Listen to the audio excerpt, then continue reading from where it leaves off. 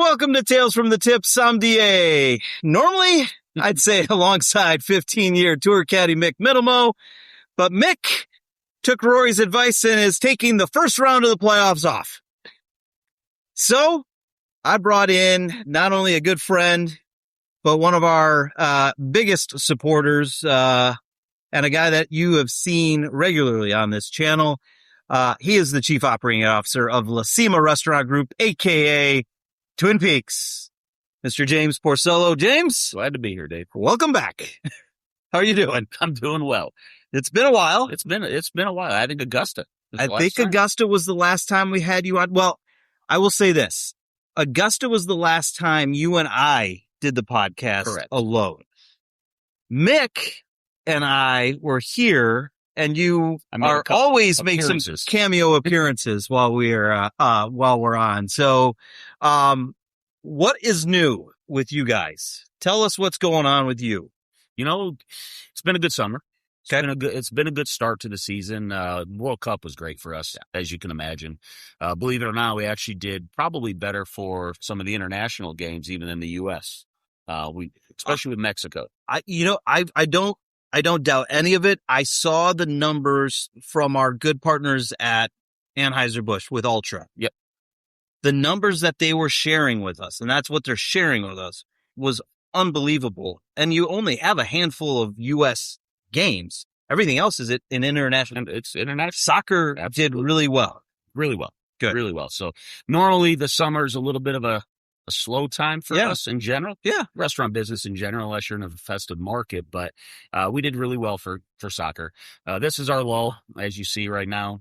School's back in, moving week last week for the colleges. So this is, we need football. We're ready for football. You're ready for some football. We are ready for some football. Well, we've got it back. I think we got some preseason action tonight. We are recording here roughly, the 12th of August.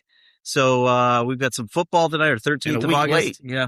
Season's off. The whole season's a week late. College football, NFL football is all going to be a week later this year. So Labor Day is on the 7th, which is the latest it can possibly get. So, it's one of those things. I think we're all ready to get back to football. At the same time, I can't believe where the summer went. But it's time to get out and play some golf, because I always say here in Georgia, there's 2 golf seasons. There's roughly mid-February all the way till end of May. And then we take a few months off, and then we come back late September and go running full. Well, and according to Mick, I don't work much. I play a lot of golf. He has said that. He said that maybe 2 weeks ago. Last week on the podcast, when you and Chris were playing down in the southern part of the state in the Georgia section PGA Open. I was supporting one of our beer partners. I truly believe this. I mean, you and I are getting out, building relationships next week, right? Well, don't say that, because. Well, I'm going to say that. I think you already told Mick. We are a part of the Atlanta Broadcasters Association here in Atlanta, so we support our local groups, and we've got a fun outing next week at the Roswell Country Club. I've got you as one of our really good clients. You get to play with Dari. I have not met Dari yet. I've heard some stories. Dari's, I have not met him yet. We're going to have some fun. Dari is the owner of one of the larger heating and cooling companies here in the Atlanta metro area. I may have to talk to him, because I think I have an air conditioning unit in my upstairs that's pretty close to toast. So there you go. See, look at that. We're already making connections. This is work, ladies and gentlemen. Absolutely. True work. Okay. Here's what we're going to do. We're going to discuss the following. Congratulations, Michael Brennan, on his second win on the PGA Tour with the Wyndham Championship last week, putting him into the FedEx Cup playoff standings. We're going to discuss this week's event in Memphis. Right now, forget everything that you've seen on the screen already, because this isn't happening yet. But the temperatures are going to be hot. That's what they keep telling me. We're going to discuss who is going to make it next week to the BMW. By the way, Mick guessed that there were going to be 3 players that were going to fall out last week. I had 2, so we're pretty close. You both missed. Yep. It was only one. Michael Brennan. And historically, for the last 3 seasons out of 4, only one player has advanced on into this top round of 70 since they've gone to 70. So a little bit news for notes there. We're going to talk about the U.S. Amateur going on, as you have a highly ranked amateur player. I'm going to ask you the importance of that. And not dating us, but do you remember 30 years ago, Tiger Woods was asked to move his mark back, and it changed to golf. And someone didn't move their mark this week. And somebody didn't move their mark this week. Very, very true. So we're gonna discuss that, and then last, I got a little game we're gonna play. James picks the President's Cup. Oh, I'm ready for that. So we're gonna get that for Team USA. So, sir, if you're ready, I'm ready. Let's grip it and rip it.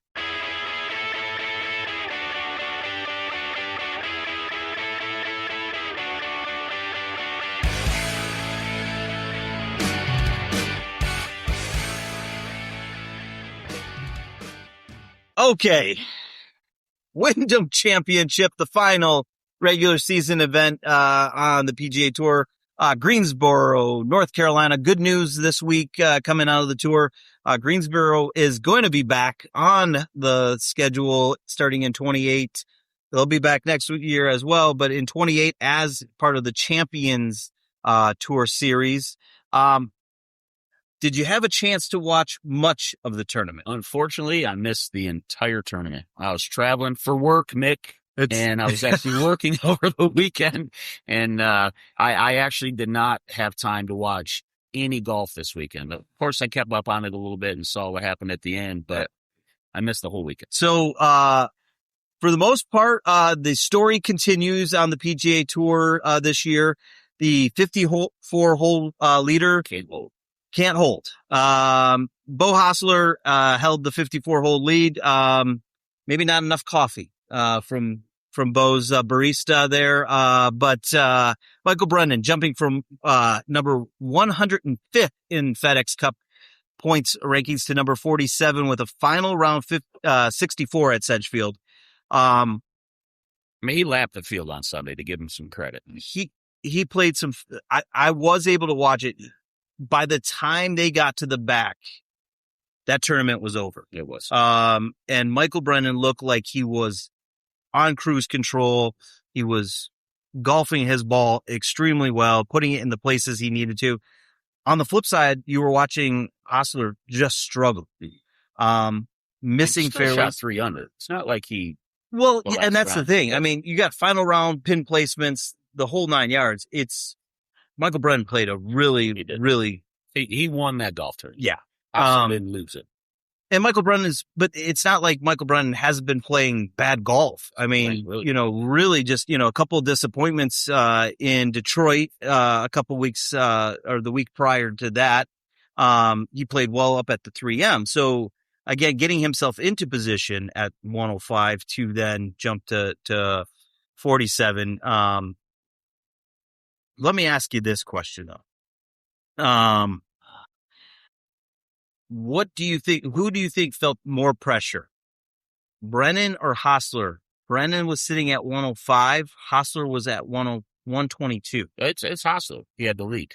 It's pretty easy. I mean, when you get down to that, and I know Mick's talked about it a lot, and I've seen it with Nina. It's a lot easier to be that person in second, chasing down the person in the lead, than being in the lead and trying to hold it. It's a different sleep that night. Before. Well, it's a different sleep. It's also you're seemingly, and it doesn't matter how many tournaments you play in, you get into that position, you have the lead, and you play defensive. Absolutely. And what happens when you play defensive golf? But a lot of those conversations, stay aggressive. But even like you think about your regular round on a Saturday or even during the week with the boys, as you and I get accused of that, we don't work because we're playing golf. I call it networking. Some people call it, not working.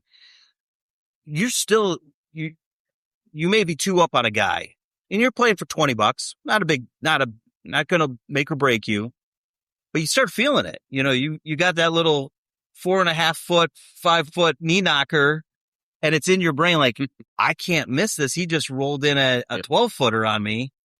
If I miss this, now I'm only 1 up. And all of a sudden the pressure gets there. I can only imagine when you're playing for millions of dollars and the chance your season is over until the fall. Yep. And now Michael Brennan continues on. Let me ask you this question, because this isn't really one of the things but I'm thinking about it now. What are your expectations for Michael Brennan this week in Memphis, knowing that he's just played the last 3 to 4 weeks trying to get it? Still got a lot of pressure on him. I mean, he's gotten himself in good position. What is he, top? He's 47th going into today. 47th, so he's still got to show up this week. Yeah. You're going to drop. There are people out there, and obviously you see Spieth, the way he's playing right now, he's trying to track down a spot. Jordan's on the outside looking in. He knows he's got some pressure coming up behind him, especially for some people who've been in pressure situations already in this sport. And he's got some guys breathing down his neck. So I don't think it makes it any easier. Well, you look at today's leaderboard. I mean, you look at some of the names that are up towards the top. I mean, Gary Woodland. We haven't heard about Gary Woodland in several months since Texas. You got Sanjay M on the leaderboard again. He's fighting for one of those spots. Well, and that's another one that you talk about. And as we get into the FedEx playoffs, I mean, Sanjay M has never missed in his pro career playing the Tour Championship at Eastlake. Yep. Right now, if the tournament ended, he would miss Eastlake. So good to see him up there. Michael Kim's playing some really good golf these days. Guys that haven't done a lot. Where's Maverick McNeely been? Where's Harris English been? I mean, some of these guys that have played some pretty subpar golf for them. Be curious to see what happens. Speaking of Memphis, first leg is going on. We're just talking about it now. TPC Southwind in Memphis. Headline story going in: sweltering heat, 100 degrees all 4 days. It's not cold here right now. It's not. As a matter of fact, my temperature gauge in the truck read 3 digits. When I got into town, it was 101, driving down 285. And you weren't coming from somewhere cool either. No, Hoover, Alabama's warm. Hoover, Alabama's warm. Okay, let me ask you this question. Heat out on the golf course is one thing. What does heat do for you guys to the restaurant business? It does hurt us a little bit. When it gets that hot, people, you've been there, right? Yeah. Are you really hungry when it's that hot and you're living in the, especially get workers? Now we do have the ice cold beer, which helps. Yes. 29 degrees. Even though it probably doesn't help you since it dehydrates you, but we don't want to tell anybody that. So we'll keep that a secret. Right. Don't tell anybody. So the beer does attract people. People want, nice cold beer after work. Yeah. We do get a lot of our business is blue collar, and you get a lot of people who work outside and landscape and construction. And, when it's this hot, you just want to go home and take a shower and just sit in the air conditioning and just be cool. And relax. Yeah. And food's probably the last thing on people's minds. I tend to not eat a lot, which is probably a good thing for me. By the way, did you hear the part where Mick made fun of me for working out? I did. Yeah. So my trainer, Michael, with Mick, texted me today and because he heard the podcast and he said, don't let the Aussie get you down. We're going to show him.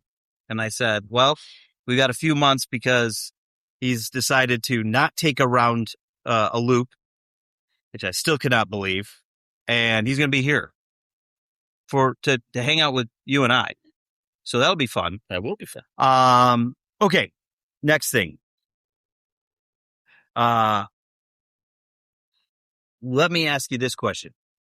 Who, out of the guys that have been playing and out of the guys, because normally going into a tournament, a guy has a couple weeks off, they're going to be a little bit rusty.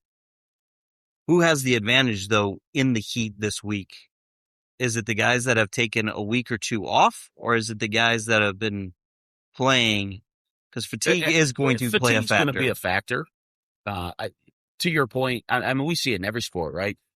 It's not always it's great to win your division, yeah, but it's not always great to get a bye in the playoffs. And a team plays, and they're hot, and they're consistent, and they've got that muscle memory. A lot of times they play better, even though you had a week to rest and get healthy, but you didn't have any live fire for 2 weeks. And then you get into it, whether it be football, we see all the time in baseball, right? Those wild card teams, those make a run every year over the teams that play with. Team plays 162 games. Yeah. It doesn't have more than the all-star breaks. They only break for the whole year. Other than that, they don't have more than 1 day off. Yeah. And they get there and they have 4, 5, 6 days off. They come out rusty. Yeah. So I think it probably depends on the person. Yeah. If you've got somebody who is fit and is in shape, it's probably a benefit to play. Well, and a little bit, obviously today with the way these guys have their teams set up, they've got physio guys, they've got nutritionists, Koepka has his own chef that travels with him. I mean, these are the guys you sit there and you look at it. Scotty even mentioned it. It's also the pre-prep that goes into the week. Sure. Hydrating, your electrolytes, all that stuff. So before you even get to the golf course, one thing that Mick and I were talking about while, overnight, because Mick's working overnight this week, he was texting me and I said, well, what would you do differently? What would Mick the caddy be telling his player? He goes, well, if I know the golf course, like if we've been a regular at TPC Southlands, which, hopefully most of these guys are there. You don't need to go out there. They haven't redesigned the golf course where it's a whole new golf course. So you go work on some of the areas that have given you trouble over the last couple of years. Sure. You work on a couple of sight lines that may or may not have changed.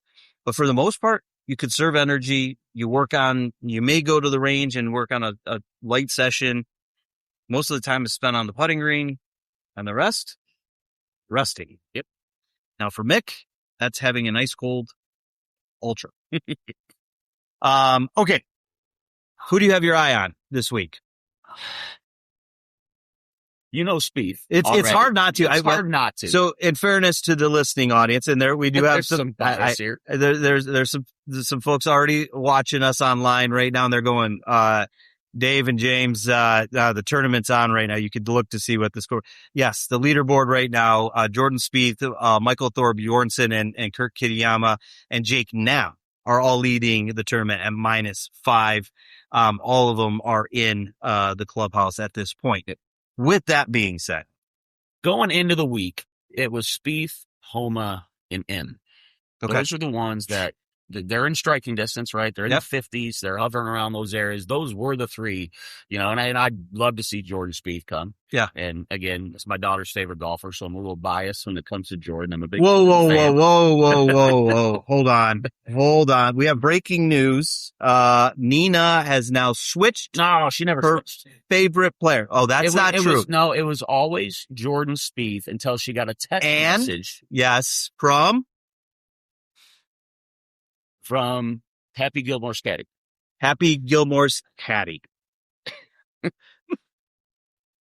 So she likes them both, but which is fair. Jordan Spieth was her first favorite golfer.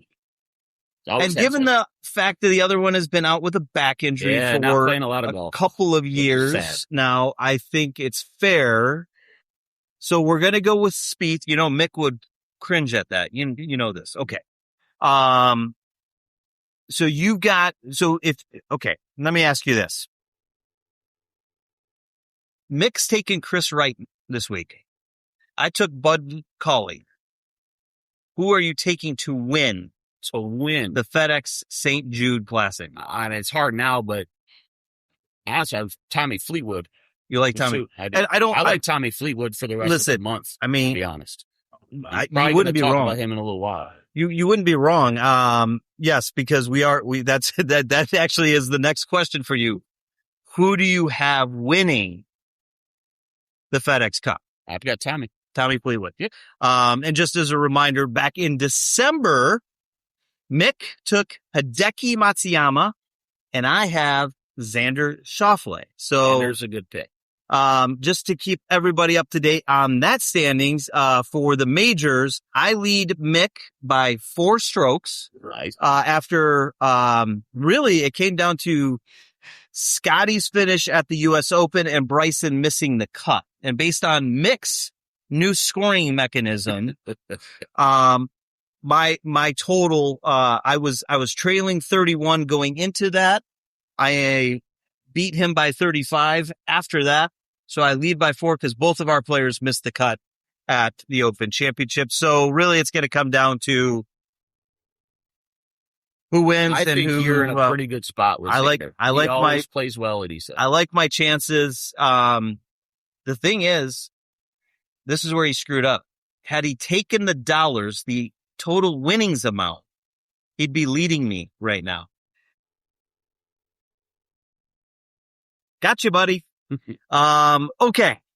Wanted to ask you this question. Speaking of the Open Championship, speaking of guys that are playing this week, I'm going to take you back a couple weeks. Rory McIlroy asked in the press room about his plans for the postseason.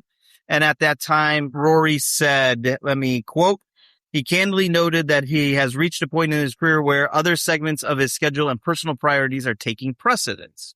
He was unsure of his playoff status. Fast forward to this week, Rory at the FedEx St. Jude, his comments were, he mentioned that he needed to stay sharp and not wanting to sit for a month. Apparently, he also talked with some of the tour brass, changing his tune, and now he's treating these 3 weeks like a one long 12-round marathon, where staying hydrated and saving energy in the Memphis sun is the name of the game. I want your thoughts on Rory walking his position back on the playoff. Hey, he's done that a few times recently. Rory's MO at this point. It's either he's walking it back or he took a break from the media. He's going to spin it as he took a break from the media, and I don't blame him for doing that, or saying that, I should say. Listen, he has the new house in Wentworth. It's beautiful. He stayed in England. They just came back because Poppy's going to start school again. I get it. Well, you and I talked already. I mean, when he won the Masters and completed that Grand Slam, it probably changed a little bit of his drive and motivation and perspective on what's important and what's not. Yeah. And maybe he's refocusing. There's he doesn't need the money. No, he definitely doesn't need the money. So we're good. There's nothing, there's nothing wrong with him prioritizing other areas in his. I don't listen. He's got to answer to his family and his sponsors, not us. Well, that's the thing. And he also has a responsibility to the tour. And that's where I understand what he was saying. Listen, I'd love to take a couple of weeks off. He doesn't have to play. No. I mean, realistically, he would finish about 13th overall in the FedEx Cup. And now with the new standing system at Eastlake, doesn't matter where you start. Everybody's starting at 0. So just go out and play 4 good rounds of golf. That is probably the one major negative. And I know it's a weird format, and I didn't like the format with somebody starting with a lead. But that is one thing of where it does take away that motivation. And the reason these guys make the money they make is because of the people who show up and watch the tournaments and watch with the TV rights and everything. The big names aren't playing.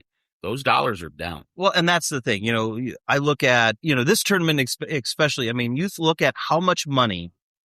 And again, it's not my money. It's not your money. But FedEx committed a ton of money to the PGA years ago and created the FedEx Cup. I would imagine at that time that cash influx to the tour helped drive more purses for everybody. Absolutely. All these guys have profited off of doing this. I think there's a responsibility. Just like there's a responsibility for players in the league to be out there. I hate the term load management in the NBA. Well, and that's a big part of it, right? You got LeBron James and the Lakers coming to Atlanta. One time. People are buying tickets, and then LeBron, I'm going to sit this game out. One time. So it's funny because the NBA schedule just came out today. The Sixers, who are in the Eastern Conference, are only going to be here one time. Could you imagine on MLK Day if LeBron James decides to load management on a Monday? No, it won't happen. He knows that's a big day for the NBA and we would hope, league, but there is. Yeah. No, you can't control injuries. Right. Yep. Listen, I don't misunderstand what I'm saying there. There are injuries that happen. 82 games is a lot of games. Watch baseball. Yeah. You got a big team coming to town and Tarek Skubal is pitching. Your stadium is going to be full. Yeah. But again, to your point, the responsibility is not to the fan directly, but it is from a financial standpoint because the reason you are making the money you're making is because of the fans buying your merchandise, watching the TV, and sitting in your seats. Yeah. And when you don't show up and they don't get to watch you. Yeah. It's a bad look. It's a bad look. Twin Peaks is the best in the game. Here, your favorite drafts are poured at a frosty 29 degrees, and rare barrel-aged whiskeys are served just the way you want them. It's bigger game days and bolder fight nights. I mean, where else can you find a scratch kitchen that always comes in clutch every day from lunch to late night? Only at Twin Peaks, the #1 sports bar. Stick around after the sun sets. Twin Peaks is open really late. Wind down with bourbon and late-night bites. Okay, speaking of top 50, I want to get us into this real fast. Right now, I'm going to give you, for the BMW, cause you keep mentioning, Jordan. Here's 43 through 50. You ready? Mm-hmm. Ryo Hitsasune, Sahith Theegala, Eric Cole, Alex Noren, Michael Brennan, Matt McCarty, Keith Mitchell, Maverick McNeely. So Mav's on the bubble right now, sitting at 50. 51 to 56. Harris English, Max Homa, Sungjae Im, Jordan Spieth, Sam Stevens, and Pearson Coody. As I asked Mick last week, I ask you the same question. Who's in and who's out? Now, in fairness, I did not tell Mick that only one spot had moved in the last several years. And Mick guessed 3. Last year, 5 players made it in, 5 players made it out. Kurt Kitayama, was in. He started 52nd, finished 37th. Bud Cauley, 53, 46, by the way. Bud Cauley, my pick this week. Ricky Fowler, 64, finished 48. Jonathan Vegas, 56 to 49. And JT Poston, my guy, 51 to 50. Yeah. Who fell out? Jordan Spieth, Wyndham Clark, Minwoo Lee, Jake Knapp, and Aldrich Pocky. So I ask you, who's in and who's out? I think Spieth and M are in. Okay. I think they'll play well this week. Those 2 are in. Good guess. I did that before. No, I know. You've got notes, ladies and gentlemen. Well before today's start. I will vouch. I gave him roughly about 24 hours notice about doing the podcast. Those are the 2 guys that I selected that I thought would, 152nd, 154th. Yep. Not a big leap. Play well this week and you're in. Yeah. And I mean, it's day 1. Well, and Jordan's been Jordan. They are first and second. Yes. Well, I think Sanjay, Sanjay's tied for 4th, but technically 5th, 6th. He's only struck out. He's one back. He played well. Yeah. He played well today. I actually, to your point, you brought him up a little bit earlier. I had McNeely out. Yeah. Just the way he's been playing lately. Yeah. And if somebody's going to jump him, he's in that bad spot. And I went with Alex Noren out. Yeah. I went with those 2 out and Jordan. Noren did play well last week at Wyndham. And so good. I was looking at the same list and here's what I said. I don't think Harris English is going to make it. I don't think so either. He had he had a good round today. But again, my notes, I don't think Max Homa makes it. I did agree with you on Sungjae Im. I also have Sam Stevens making it. Spieth, I did not. Again, that was probably emotional. But again, well, I'm also, reverse side of that. I had Spieth winning the Open Championship and he missed the cut for me. So, I mean, so I guess from that standpoint, I'd love to see Jordan make it. He's great for ratings. He would be great for the BMW up in Chicago next week. We'll see. what happens there. Let me ask you this question, because the only storyline seemingly that the experts on PGA Tour radio can seemingly talk about is the heat. Doesn't ever helps tournaments that have these hot weather or warm weather climates. Whole tournaments when the media complains about it, even though they're sitting in air conditioning. I'm going to ask you this. Can you remember your hottest or warmest round or tournament that you have played in? I can. Okay. And it was in Las Vegas, Nevada. Woo. And it was an early round, but it was still Las Vegas. It was either July or August, middle of the heat, middle of the summer in Vegas. And it was after a large company event that we had, and then we did a golf outing the next day. And we may have left the blackjack table at about 5:30 in the morning to try to get a little. You're really well. Fast. So you were really well rested. Hydrated. Yep. Yeah, I'm sure you were hydrated and rested. You ate really well that morning. It was 110 degrees, and the humidity. You've known me for a very long time. Yeah. I stopped golfing after the ninth hole. Ladies and gentlemen, that's a massive statement right there. I stopped golfing after 9 holes. I had to go sit at the pool. And that was it. My head was not only red, it just pulsed. Yes. From the heat and the humidity, and it was unbearable. Yeah. And again, probably the night before contributed to a little bit of how I felt. But it still was the most. It's the only time I've ever been like, I'm tapping out. Yeah. I can't do it. That's Can't it. do it. Yeah. Can't do it. And you weren't playing for millions of dollars on the PGA Tour. It was for fun. Right. And it wasn't fun. Ironic. So mine came, a couple years ago, right here in Atlanta, Georgia. We had media day for the Tour Championship before the redesign, and, the folks over at the Tour Championship are amazing. They get you set up. You have a 4 caddy. Yep. You get to walk East Lake, which is amazing. It's not a hard walk. There's a few hills, but for the most part, and with the humidity and the temperatures when we started teeing off at 9 a.m. were already in the low 90s. Yep.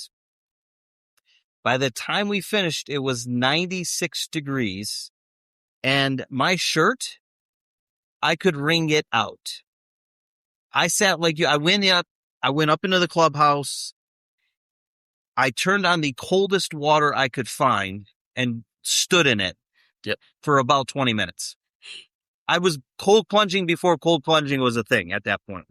And I said to myself, I will never play in that kind of heat again. But I sit there and think about it today. So, and again, I had nothing on the line besides I got to play an amazing golf course. I think that's comes down to it. If I wasn't playing at such an amazing golf course, I don't know if I would have wanted to. I wouldn't have left East Lake after 9 holes. Yeah, that would have been a tough one. You don't want to walk in on that one. Okay, the next question, because you have caddied, and since normally we have a caddy on this, and my question to him would have been, do you remember the hottest tournament you ever carried in? I'm going to ask you the same question. Not only do I remember it, I'll probably never forget it. And I've been in some extremely hot environments. Yeah. A lot of Fort Lauderdale golf, a lot of PGA National down there with Nina and Under Armour and those kind of tournaments. So I've been in some and it's not even close. It's not even remotely close. Gulf Shores, Mississippi, U.S. Kids, middle of the summer, Diamond Head Country Club. It was 104 degrees, and the humidity had to be pretty close to 100%. Yeah. It was so bad. There was a heat advisory. Even people in that area were being warned not to be out in the middle of the day, even on the beaches. Try to keep yourself. It was that bad. And we had a U.S. Kids. It was only 9 holes, which was, thank God. Nina was young at the time, and it was so bad. They actually had 2 caddies taken by ambulance from the course. They had water on every hole. Yeah. They knew how hot it was. They knew it was unbearable. And a couple grandfathers that were caddying there, their granddaughters, didn't make it through the 9 holes. Oh. Now they were okay. They, just overheated and heat exhaustion, but it was, to your point, when you talk about soaking through your clothes, and it was, and you're just so uncomfortable for hours afterwards. Days. Yeah. Well, it took a couple days of hydration to recover from that. Yeah. It really did. Yeah. So folks, electrolytes, water, don't drink a lot of beer. I wasn't get some drinking rest. any beer. Right, you better not. Okay. They frown upon that. Yeah. U.S. kids. So speaking of AMs, U.S. Amateur happening right now at Marion. Joshua Ryan, the Norristown native, absolutely torched stroke play, finishing 8 under par to secure the top seed medal honors into the bracket. However, and then lost. First round of match play to number 64, Tashimoto of Japan is ousted. Couple of other shocking early exits. Defending champ Mason Howell, the Georgia native, is out. World Amateur number 1 Preston Stout also failed to make weekend match play. Number 1 seed Miles Russell got bounced in the opening round by 64, Ryder Cowan. He's a pretty good golfer himself. Yeah, I was going to say, folks, you would probably remember Ryder's name from being the low co-am at the U.S. Open this year with some guy named Jackson Coyvin. Have you heard of him? A couple times. I think he's pretty good. Yeah.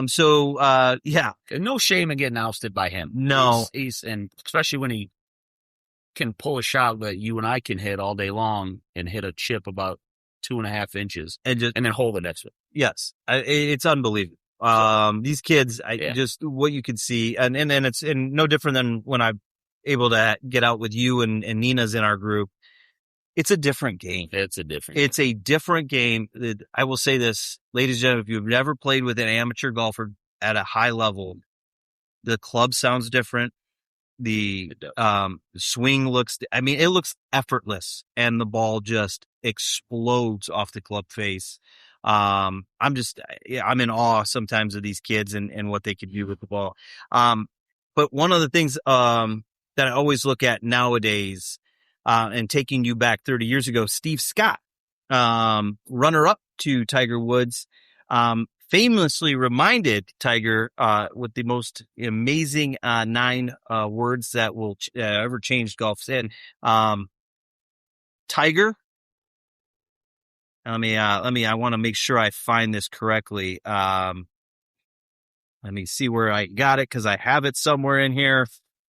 He literally says, Tiger, I think you need to move your mark back. Mm-hmm. And otherwise, what would have happened is Tiger would have been disqualified or would have lost the hole. But he was already down 2. Correct. With 3 to play. Might have been over. He pours that 6.5 footer in. They go on. He beats him on the next hole. And then on 18, Tiger does Tiger things and goes on to win his 3rd straight U.S. Amateur 30 years ago. Can you believe that? No.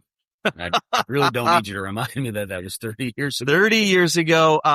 Sportsmanship. That's my question. Mm-hmm. You're out there with a lot of these kids. Do you see the same type of, do you think if the scenario plays out this week and we're standing there and we're watching the final match of this year's U.S. Open, amateur, and then someone needs to move their mark back, do you think that happens? I do. And the reason I say I do is I see it with my daughter and with competition, and even with people where they're like, I really want to beat this girl, or I really want to beat. That's the cool thing about golf. Other sports, they're not going to do it. They're going to let you make a mistake, and then they're going to call you on it. Yeah. Because it gives you an advantage. And I don't blame people for doing that. Golf's just built different, as we all know. And I think you want to win the right way. Yeah. And that's an honest mistake. And not to mention, they had to move their mark because you asked them to move them. Right. It's the right thing to do. I agree. At the end of the day, they got to make the putt. It doesn't matter. You absolutely do it. And like I said, I've seen it all. There'll be caddies. There'll be players. Yep. And whether it's the women's AMs we play in or any big tournament, especially the bigger the tournament, the more they're, hey, don't forget to move your, hey, don't, they see them lining it up. And so I think it would. I think that at that level, that they would. And it's kind of ironic. It's an integrity thing. Mick has been really on, not only Bryson a couple weeks ago at the Open, but Wyndham Clark. Recently, with some of his, it's refreshing. It's also great to hear, that the kids are carrying on the traditions of the game in that manner. But exciting to hear. Yeah. Okay. Last segment before I get you out of here. Put your captain's hat on. We're going to the President's Cup. So let me give you two this way. Your 6 automatic locks. Yep. That's if the tournament, if it finished today, if it started today and you had to make your picks. Scotty, Cam Young, Russell Henley, Sam Burns, Ben Griffin, Colin Morikawa. Now, I'm going to give you 7 through 12 as it stands today. Chris Gotterup, J.J. Spawn, Xander Schauffele, Wyndham Clark, Justin Thomas, Jacob Bridgman. Here's 13 through 25. So the guys just on the outside looking in still have a chance to kind of work their way into President's Cup status. Akshay Bhatia, who just was on 12 side and then got bounced out by Bridgman. Harris English, Ryan Gerard, Mav McNeely, Patrick Cantlay, Alex Smalley, Ricky Fowler, JT Poston, Kurt Kitayama, Keegan Bradley, Bud Cauley, Andrew Novak, and Brian Harmon. And there's also a lot of buzz for some young kid that we just mentioned, Jackson Koiven. He's on my list. There's also some news, and as you look at how he played today, Michael Thor Bjornsson. Mm-hmm. If Michael Thor Bjornsson wins this week, does he make the conversation? So I'm going to give you a list of 3 guys, 3 groups of 3 guys. You get to pick 2, leave 1 out. Oh, all right. Group 1. Chris Gotterup, Wyndham Clark, Harris English. Leave Harris off.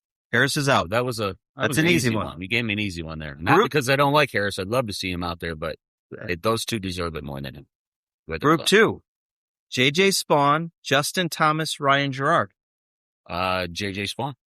Which is weird for me because typically the one thing I really enjoy about golf and the one thing that I love and why my daughter picked the college she's going to, you earn your spot on the course. Yeah. But with this one, with the way the FedEx points work, I mean, you can kind of, if you play in enough of those tournaments and others can't. So I'm a little skewed. I'd like to go with, hey, 6 through 12 or 7 through 12 make it. You're also also the way that the points work. You get a lot more points for winning a major. Correct. And in it's a 2-year window aggregate. Correct. So that's why I'm okay with trying to. And I don't think JJ's play. He's still, his points are living a little off the Open win last year, and so that's why I'd leave him off.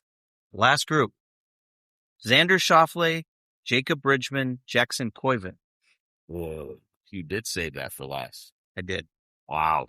Because I actually had when I did my list and just picked 6 randomly, I had Xander for sure. I put Bridgman in there. Okay.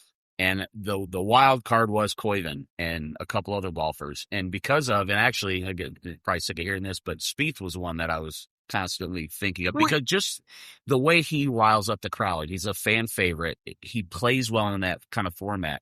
He pairs well with the Justin Thomas and just the way you got to think about that too, because it's a different. So that's the question really that I wanted to post, because obviously you're sitting there and you're looking to give you an answer, and I will. Yeah, you're looking at it.